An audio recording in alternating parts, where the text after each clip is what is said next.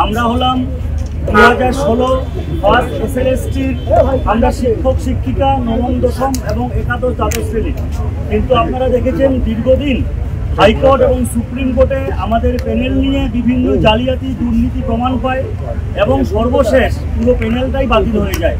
কিন্তু সেখানে একটা বৃহৎ অংশ যাদের আমাদের সম্বন্ধে কোনো রকম কোনো জালিয়াতি প্রমাণিত না হয়েই আমাদের চাকরিটা ছিনিয়ে নেওয়া হয়।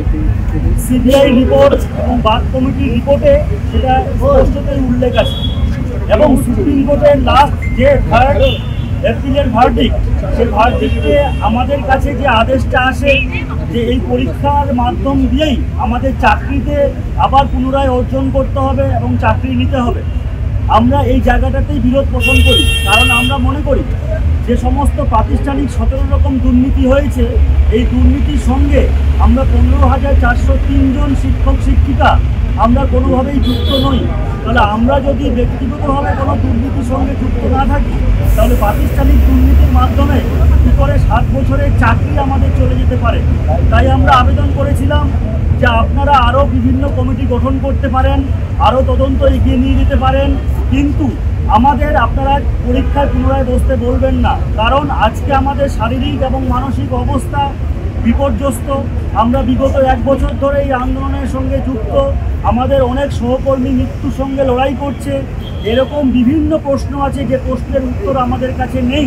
কিন্তু আমরা দেখলাম কি সুপ্রিম কোর্টের ভার্ডিক্টে 3টি ডাইরেকশন দেওয়া ছিল যে 31 মার্চের মধ্যে নিউ গেজেট নিউ নোটিফিকেশন এই গভর্নমেন্টকে এবং এসএসসিকে প্রকাশ করতে হবে, যা ইতিমধ্যে হয়ে গেছে। সেখানেও আমাদের অনেক প্রশ্ন আছে যে পরীক্ষাটা যে নিউ গেজেট এসছে শুধুমাত্র ডিক্লেয়ার্ড ভ্যাকেন্সি, মানে 2016-তে আমরা চাকরিতে যারা ছিলাম তারাই পরীক্ষা দেবে না, এটা ওপেন টু অল করা হয়েছে। মানে আজকে যে ছেলেটা বা যে শিক্ষার্থী তার যোগ্যতা মান অর্জন করেছে, যারা এক সময় আমাদের ছাত্র ছিল তারাও আমাদের সঙ্গে পরীক্ষায় বসবে। এই লড়াই আসলে আমাদের হারিয়ে দেওয়ার একটা চক্রান্ত হচ্ছে, এটা আমরা মনে করি। তো তবুও সেটা ঠিক আছে। তারপরে আর একটা ডাইরেকশন ছিল যে 31 ডিসেম্বরের মধ্যে এই পরীক্ষাটাকে সম্পন্ন করতে হবে। তার মাঝখানে কবে ফর্ম ফিল আপ হবে, কবে পরীক্ষা হবে, এরকম কোনো পার্টিকুলার ডাইরেকশন ছিল না। এই বিষয়টা নিয়েই আমরা রাস্তায় আন্দোলন শুরু করি। আমাদের একটাই দাবি ছিল, কালকে আমরা মাননীয় চেয়ারম্যানের সঙ্গেও দেখা করেছি। আমাদের কথা ছিল যে এখন সামার ভ্যাকেশনের জন্য সুপ্রিম কোর্ট ছুটিতে আছে, এই ছুটির পর আমাদের যে রিভিউ, সে রিভিউটা ওঠার সম্ভাবনা আছে। আমরা মনে করছি এই ফর্ম ফিল আপটা হয়ে গেলে সেটা আমাদের রিভিউকে ক্ষতিগ্রস্ত করবে। তাই আইনি লড়াই শেষ না হওয়া পর্যন্ত আমরা যারা যোগ্য 2016 শিক্ষক শিক্ষিকা আমরা এই পরীক্ষায় বসতে প্রস্তুত নই। আমরা ফর্ম ফিল আপকে বিলম্বিত করার কথা বলেছিলাম। তার সঙ্গে এটাও বলেছিলাম যে আপনারা এই গেজেটটাকে প্রত্যাখ্যান করে বাংলার স্কুল শিক্ষাকে মাথায় রেখে, বাংলা শিক্ষা ব্যবস্থা ছাত্রছাত্রীদের কথা মাথায় রেখে এবং আমাদের যারা ছোট ভাই 10 বছর ধরে এসএসসি পরীক্ষায় বসতে পারলো না তাদের সুযোগ করে দিয়ে নতুন একটা গেজেট প্রকাশের মাধ্যমে নতুন এসএসসি হোক। কিন্তু আমাদের 2016-দের পরীক্ষার মাধ্যমে না করে পুনরায় তদন্ত এবং আইনি পথে আমরা যারা যোগ্য তাদের চাকরি ফেরত করা হোক। কিন্তু গতকাল মাননীয় চেয়ারম্যান আমাদের কথা শোনেননি, মূলত নাকচ করে দিয়েছেন।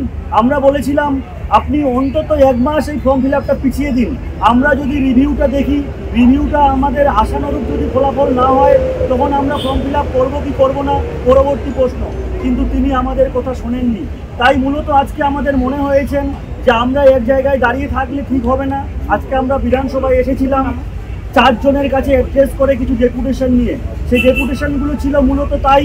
প্রথম ডেপুটেশন ছিল যে পরীক্ষার যে ফর্ম ফিল আপ যেটা 16 তারিখ থেকে শুরু হচ্ছে সেটাকে পেছাতে হবে। দ্বিতীয় ছিল আমরা যারা যোগ্য, সুপ্রিম কোর্ট এবং তার আগে হাইকোর্ট বারবার যারা প্রমাণিত যোগ্য মানে সার্টিফাইড আনটেন্টেড সেই লিস্টটা পাবলিক ডোমেনে প্রকাশ করতে হবে। এই লিস্টটা আমরা পাইনি। বারবার যেন যোগ্য এবং অযোগ্যকে গুলিয়ে দেওয়া হচ্ছে। আমরা বলেছিলাম যে শুধুমাত্র এখানে আর্থিক ব্যাপার নয়, আমাদের আত্মসম্মান, আমাদের বাজার ঘাট বাড়ি সব জায়গায় আমাদের একটা অপমানের চোখে দেখা হচ্ছে। তাই আমাদের তালিকা যারা আমরা দুর্নীতির সঙ্গে যুক্ত নই এই তালিকা অবিলম্বে প্রকাশ করতে হবে। কিন্তু আমরা সেখানেও কোনো সদুত্তর পাইনি। এমনকি আপনারা জানেন যে সমস্ত ওএমআর যেগুলো সিবিআই তদন্ত করে উঠে এসেছে 1000 বার স্ক্যান হয়েছে এবং ডেটা ভ্যালু থেকে এসকের সমস্ত মান ম্যাচ করেছে, তাহলে এই ওএমআরগুলোকে মান্যতা দিয়ে কেন পুনরায় রিপ্যানেল হবে না এবং আমাদের শিক্ষক শিক্ষিকা এবং যোগ্য শিক্ষাকর্মী তাদের সকল ওএমআরকে প্রকাশ করে রিপ্যানেলের মাধ্যমে এবং আইনি পথে আমাদের চাকরিকে ফিরিয়ে দিতে হবে সম্মানের সাথে।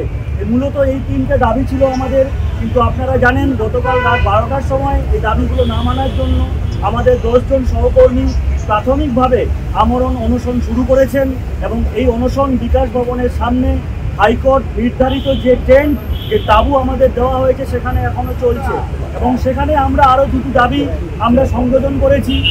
4 নম্বর দাবি হচ্ছে মাননীয় মুখ্যমন্ত্রী আমাদের এই বিষয়টাকে হস্তক্ষেপ করে আমাদের সঙ্গে সাক্ষাৎ করতে হবে। তার প্রতিশ্রুতি মতোই আমরা দেখেছি বারবার প্রতিশ্রুতি দেওয়া হয়েছে, কিন্তু মৌখিক প্রতিশ্রুতি এবং কাজের মধ্যে আমরা একটা বিস্তর ফারাক দেখতে পেয়েছি। তাই আজকে এই আমাদের আমরণ অনশন চলছে এবং আমরা এখনও আশাবাদী মাননীয় মুখ্যমন্ত্রী সমস্ত কিছু বিবেচনা করে আমাদের জীবন জীবিকা, আমাদের সংসার, আমাদের ভবিষ্যৎ প্রজন্মকে কথা মাথায় রেখে তিনি আমাদের সঙ্গে দেখা করবেন এবং আইনিভাবে সম্মানের সাথে আমাদের লড়াই আমাদের ফেরত দেবেন, আমাদের চাকরি ফেরত দেবেন। এবং তার সঙ্গে সুপ্রিম কোর্টেও আমরা আবদার করেছি যে আমাদের যে রায়, এই রায় যেন রিভিউ পিটিশনে পুনর্বিবেচনা হয় এবং হয়তো বা কোথাও কিছু মিসআন্ডারস্ট্যান্ডিং হতে পারে, কারণ 15,403 জন এই যে পরিবার, শুধুমাত্র আমরা একজন না, আমাদের পেছনে 5 জন এবং কারো কারো ক্ষেত্রে পুরো পরিবার ডিপেন্ডেন্ট হয়ে আছে।